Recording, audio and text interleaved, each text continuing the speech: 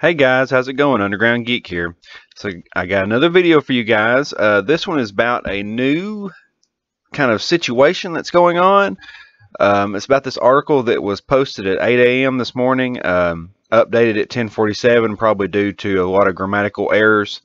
But it's on Buzzfeed, guys. Buzzfeed, like the leading company in all things ethical. Yeah, okay. So we got Rachel Krishna here.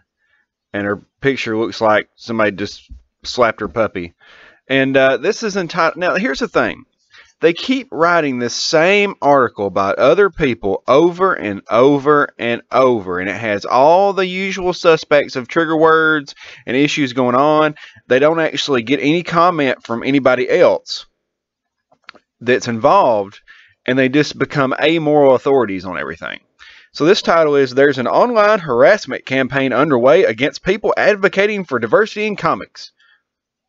Okay, so you would think that they were going to show you like examples of what's going on, but instead they want you to believe them. This says, an online harassment campaign and culture war called Comicsgate. Nobody's used Comicsgate in like months. You need to get with the program. If you go to Comicsgate right now, it's like one dude sitting in a room all by himself. Is underway against people pushing to diversify the comic book industry, with trolls and their influential enablers targeting those calling for increased representation for women, different races, and the LGBT community. Well, first of all, I'm a little bit offended because you used the word LGBT instead of Q++. You really need to get with the program. It's 2018.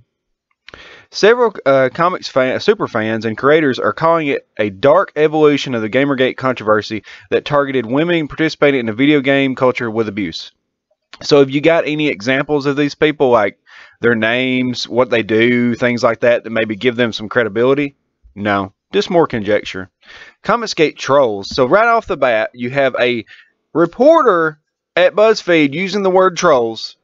Are racist, sexist, and sometimes threatening language to intimidate people that they call SJWs or social justice warriors.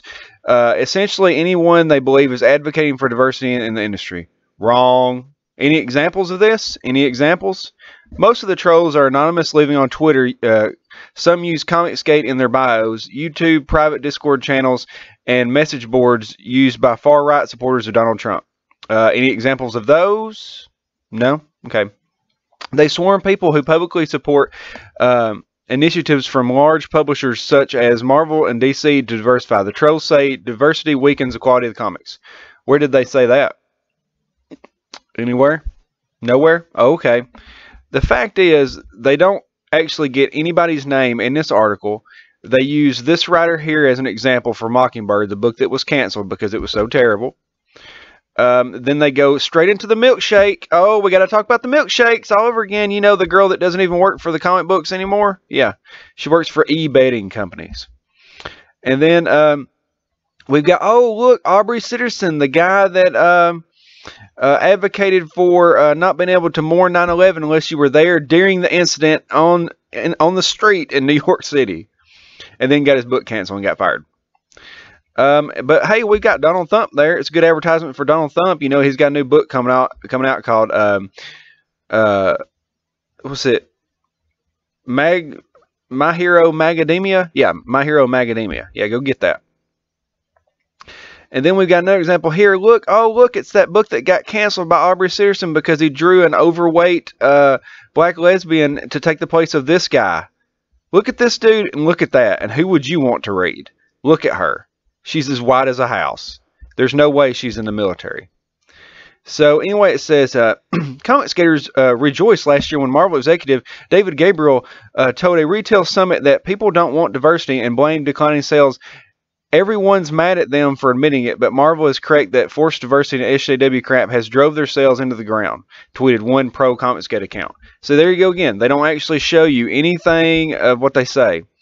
But then they had to put, oh, look, there's Ethan Van Sciver, because, of course, we had to talk about him. You know, the nicest guy in the industry right now doing quality work. Look at that picture that he drew. Quality work. And then they had to say that, you know, he is a bad person.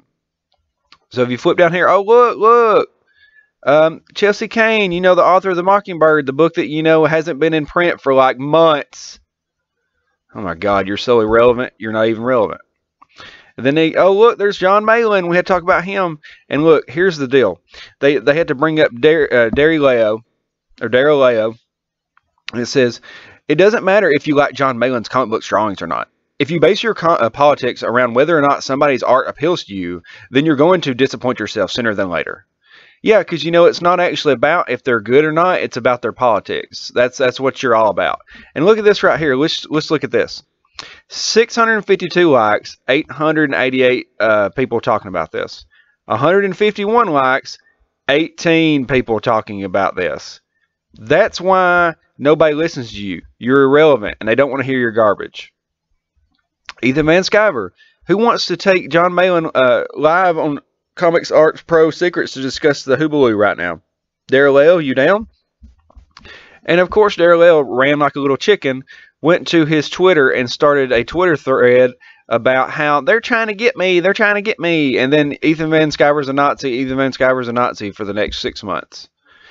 And so it says right here, they're talking about Bleeding, now they're bringing up Bleeding Fool, which is very funny. He is the real villain of the whole affair. You're right, he is. It's funny that they don't actually bring up Nakatomi Tim, though. You know, it's almost like he's irrelevant, too.